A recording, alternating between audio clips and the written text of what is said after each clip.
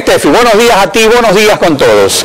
Mauricio Rodas, candidato presidencial por Suma, el séptimo que se presenta en este espacio.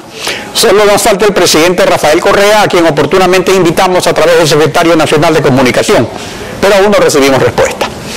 En cuanto al plan de trabajo del binomio Mauricio Rodas-Inés Manzano, al proponer sus objetivos específicos, el primero que se señala es restablecer la democracia y el Estado social y democrático de derecho.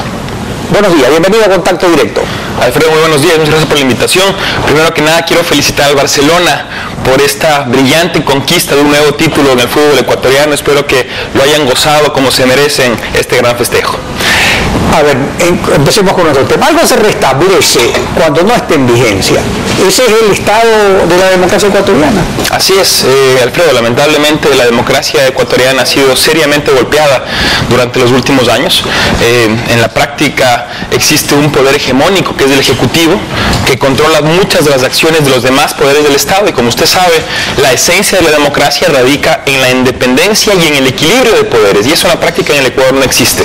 Por eso nosotros lo que estamos planteando es realizar una reforma constitucional encaminada a desbaratar el hiperpresidencialismo que existe actualmente en el Ecuador, y de esa manera restablecer este equilibrio de poderes, estos pesos y contrapesos de los que hablaban los clásicos, que son tan necesarios para que un Estado realmente pueda considerarse democrático. Pero aquí hay algo interesante. Este es un problema recurrente y crónico en la democracia ecuatoriana, y por eso tenemos ya 20 constituciones. Y Rafael Correa ganó las elecciones no ofreciendo exactamente las cosas materiales que las hacen todos los gobiernos, sino justamente eliminar a la partidocracia, donde el esquema era diferente. Era un sistema en el cual la presidencia de la República estaba secuestrada y los que mandaban eran las mayorías móviles del Congreso. Entonces, ¿hasta qué punto el problema de fondo es realmente la conciencia de gobernar correctamente? Porque si establecemos un modelo u otro, a la final vemos que en la práctica el problema es que no se cumplen, el problema es que no se aplica como manda el pueblo soberano. Así es, Alfredo, creo que la voluntad política de un gobernante es fundamental para realmente respetar la democracia. Eso también vemos que no existe actualmente, pero también es muy importante las reglas del juego, y hay que reconocer que la actual Constitución, si bien tiene cosas positivas, sobre todo en su parte declarativa de derechos, también abrió la puerta a lo que tenemos hoy, que es un hiperpresidencialismo. Eso debe cambiar, Alfredo, y por eso tenemos que avanzar a reformas puntuales en ese sentido. Yo creo que es evidente que en la actualidad es el presidente de la República el actor hegemónico de la política ecuatoriana. Ha pasado a un segundo plano a la Asamblea Nacional. Ese tipo de cosas no pueden continuar si es que el Ecuador quiere avanzar por una senda realmente democrática. O sea, el problema sería la parte que se llama orgánica, no la parte dogmática o declarativa, donde en efecto hemos avanzado. Pero resulta que como la parte orgánica es la que falla, que es la que lamentablemente falla siempre, tampoco se cumple la parte dogmática o la parte declarativa del Estado de Derechos. O sea, en definitiva, ese es el problema de fondo, y eso es lo que ustedes consideran vital, que se reajuste para que no andemos de un extremo a otro, sino que se logre un equilibrio. Efectivamente, y no estamos hablando de una nueva constitución, no estamos hablando de una nueva asamblea constituyente, porque eso generaría más inestabilidad en un país que con urgencia la requiere. Lo que sí estamos planteando es reformas constitucionales puntuales, y específicamente empezar por aquella encaminada a desbaratar el presidencialismo que tenemos en la actualidad. Ahora, quien ejerce el poder, su máxima aspiración no solo mantenerse en el poder, sino prolongarse en el poder. Incluso la Constitución actual permite algo que no permitía en ninguna de las anteriores, que es la reelección consecutiva. Las elecciones son las que legitiman un régimen democrático. Usted dice que hay que restablecerlo en el Ecuador. Entonces, si usted participa como candidato, ¿por qué lo hace? ¿Tiene confianza en que la voluntad popular puede sobreponerse a una cancha inclinada y a la ausencia de juego limpio? Estamos evidentemente jugando en una cancha inclinada, Alfredo, pero estamos convencidos que el poder de las ideas, el poder de los sueños, el poder de la esperanza, de una nueva generación, no de edad, sino de ideas, una nueva generación de pensamiento, de actitud, como representa el movimiento Suma. La única alternativa para la próxima elección, si usted lo analiza, realmente nueva, realmente fresca, es la nuestra. Somos la única alternativa completamente diferente a la partidocracia del pasado y a la partidocracia del presente. Y estamos convencidos que toda esa fuerza se impondrá por encima del poder del dinero, por encima del poder del Estado, por encima de la cancha inclinada y de las reglas injustas de Alfredo. Estamos convencidos que podemos ganar las elecciones. Y usted mencionó un tema muy importante, el tema de la reelección inmediata que plantea la actual Constitución. Eso es parte de lo que nosotros vamos a reformar, porque en la práctica lo que ha generado, lo que ha permitido es la utilización proselitista de la estructura estatal, la utilización proselitista de recursos públicos que hoy vemos claramente cómo han venido favoreciendo al candidato Estado. Eso debe cambiar, eso no es posible en un régimen que se precie supuestamente de ser democrático. Ahora, de las elecciones de asambleístas constituyentes en el 2007, estas son las primeras en que habrá la misión de observadores electorales de la UNASUR, que recién se está organizando, pues se creó el viernes. Ayer tuvo su primera sesión en Quito. No estará ni el Centro Carter ni la Unión Europea, y también estará la OEA, pero con una resolución de última hora, y esto no se prepara a última hora. ¿Cómo interpreta usted esta decisión del órgano electoral, que es similar a la de Venezuela? Digo similar y no idéntica, porque en Venezuela no se permitió para nada la OEA. Aquí por lo menos a última hora le dicen, a ver, venga a ver si puede hacer algo. Bueno, es otra de las tantas cosas donde existen similitudes con lo que ocurre en Venezuela, y eso por supuesto nos preocupa muchísimo. Tuve la oportunidad de estar presente en ese proceso electoral en el venezolano, y vimos cómo, sobre todo en los días y meses previos a las elecciones, existió evidentemente una cancha inclinada que favoreció también al candidato Estado, como lo estamos viendo ahora en el Ecuador asimismo.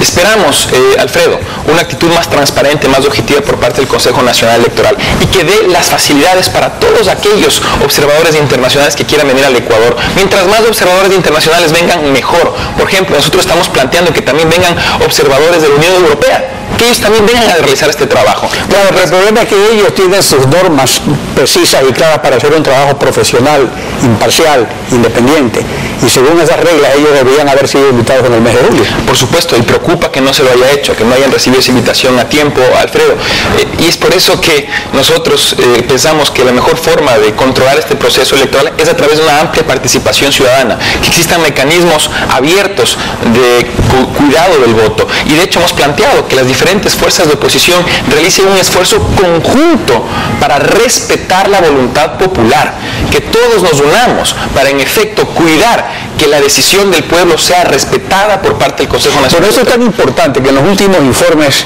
de la Unión Europea, de los observadores y de la OEA, que fueron las elecciones del 2009, ellos recalcaban que eso no existe y que eso es una de las debilidades del sistema, que cuando no hay un proceso transparente e imparcial, si quienes tienen motivos de queja no están unidos y no ejercen sus derechos, obviamente las cosas no pueden mejorar. O sea, eso es vital. ¿En eso se está haciendo algo? ¿Se cree que se pueda concretar algo? Bueno, nosotros hemos venido planteando esto desde meses atrás y esperamos que se concrete, Alfredo. Usted recordará que también las observaciones internacionales de los últimos procesos electorales en el Ecuador han demostrado su profunda preocupación por la inequidad que existió en las condiciones, en las reglas de juego, en la campaña. Ellos, recordará usted, por ejemplo, en la elección del año 2009 y también en la consulta popular de 2011, manifestaron su inquietud respecto al evidente uso proselitista de los recursos públicos y de la estructura del Estado. Bueno, por eso es que seguramente no los invitan ahora. Probablemente esa será la causa y eso preocupa muchísimo. Bueno, ahora vamos al punto del plan de trabajo. Ustedes se plantean otro tipo de lucha contra la pobreza, tienen un concepto diferente de la pobreza. Este gobierno es un gobierno que ha hecho grandes inversiones en lo social, claro, es el gobierno que más dinero ha tenido en la historia del país, pero hay una cosa interesante también que se vincula con esta situación de una democracia aparente o ficticia. Según el registro suramericano de gastos de defensa de la UNASUR, justamente, hasta el 2010 el Ecuador es el país de Sudamérica que más gasta en defensa, incluyendo salarios, operaciones y armamentos, el 2.74% del PIB, mientras que para salud solo dedicó el 2.2%. Ahora, políticamente, ¿esa inversión es solo para seguridad interna o externa o también para la estabilidad de un proyecto donde no rige la democracia. ¿Cómo se puede interpretar eso? Eso es lo que todos nos preguntamos, Alfredo, y llama mucho la atención el hecho, por ejemplo, de que el Ecuador es uno de los países con el menor porcentaje de gasto social en relación al Producto Interno Bruto. Se ha avanzado en ese tema, pero nosotros pensamos que se debe avanzar aún más, reduciendo varios rubros de gasto público innecesario que existe en la actualidad. De esa manera lo que vamos a hacer es viabilizar más recursos hacia lo social, que es lo responsable, es lo que nosotros estamos planteando. Y usted mencionó el combate a la pobreza, Alfredo. En efecto, para nosotros la pobreza no solamente es una situación de insuficiencia de ingresos, es algo mucho más complejo, mucho más amplio, mucho más humano. Es la falta de libertades, derechos y capacidades. Y ahí viene también el tema de democracia que estábamos hablando anteriormente. Una sociedad con carencias democráticas como la ecuatoriana también es una sociedad pobre bajo esta perspectiva. Pero sin duda también hay que satisfacer necesidades materiales de las personas. Aquello es fundamental.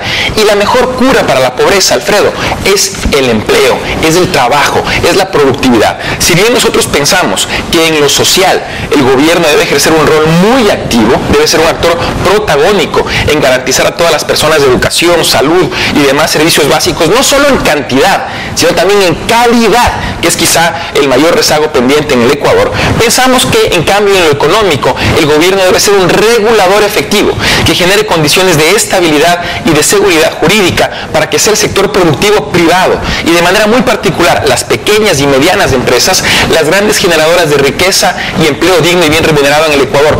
Y hablando de empleo, Alfredo, yo quisiera plantear una de las propuestas que nosotros hemos venido impulsando, que está encaminada a resolver un problema grave que viven cientos de miles de jóvenes en el Ecuador.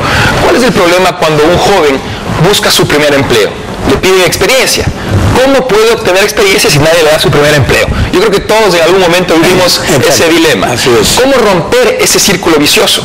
A través del programa que nosotros estamos planteando llamado Empleo Joven, que consiste en ¿qué? En estimular a las empresas privadas a contratar precisamente a jóvenes de entre 15 y 30 años que estén buscando su primera experiencia laboral a través de ofrecerles a estas empresas cubrir, pagar durante 2 años la cuota patronal del IES con respecto a esos jóvenes empleados, así como también ofrecer una deducción del impuesto a la renta entre el 1 y el 4% dependiendo del número de jóvenes empleados que esa empresa decida contratar. De esa manera estaríamos generando un estímulo real, concreto, para que se contrate a jóvenes de entre 15 y 30 años que están buscando ese primer trabajo. El objetivo, Alfredo, es generar en 4 años 500,000 nuevos primeros empleos para los jóvenes ecuatorianos. Y para generar 500,000 nuevos empleos, ¿cuántas empresas se necesitan? ¿Es posible como lo ve actualmente en el Ecuador?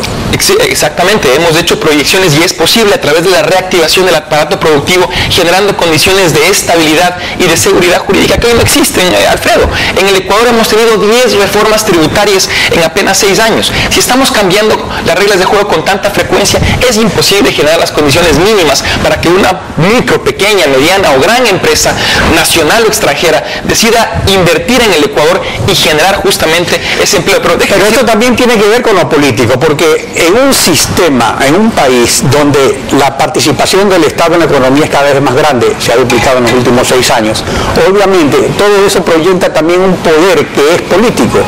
Digamos que todos los nuevos empleados solo son del Estado, que todos los contratistas solo son del Estado, aunque sean privados, pero todos tienen sus ojos puestos en el Estado. Entonces eso provoca realmente es un efecto político y que económicamente no genera el crecimiento que debería ocurrir cuando en estos momentos hay condiciones favorables para hacerlo. Efectivamente, y por eso nosotros pensamos que es tan importante cambiar el enfoque de la política económica en el Ecuador, el entender que el gobierno no debe ser el motor de la economía como lo es hoy. La historia se ha encargado en múltiples ocasiones de demostrar que eso no es sostenible en el tiempo. Debemos impulsar al sector productivo privado como el gran motor de la economía ecuatoriana. Que el gobierno sea su aliado, que lo impulse, no que lo persiga, no que lo asfixie con cada vez más impuestos, como está ocurriendo en la actualidad en el Ecuador. Y una cosa muy importante, Alfredo, no solamente hay que decir el qué, sino también el cómo. Por ejemplo, nosotros estamos planteando este programa de empleo joven y estamos además también estableciendo cuánto va a costar. Va a costar en promedio 111 millones de dólares al año y estamos también diciendo cómo lo vamos a financiar. Lo vamos a financiar a través de la reducción de rubros de gasto innecesarios que existe actualmente en el presupuesto público. Por ejemplo, el típico es el de publicidad oficial.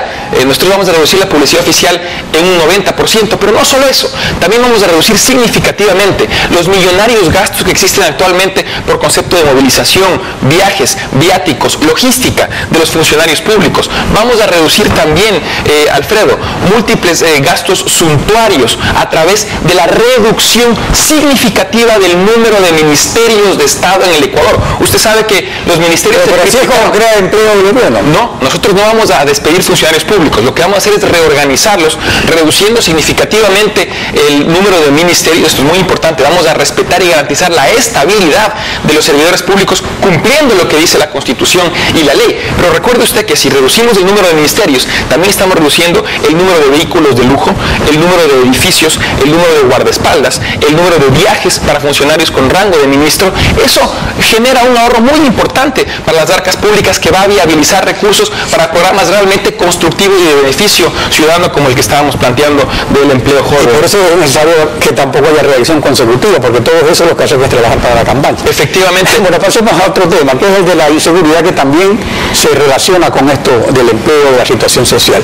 Hasta el año pasado, si no me equivoco, el año antepasado, usted vivió en México, donde el narcotráfico ha alcanzado dimensiones colosales. Obviamente porque está al lado de Estados Unidos, que es el mayor consumidor de drogas ilícitas en el planeta.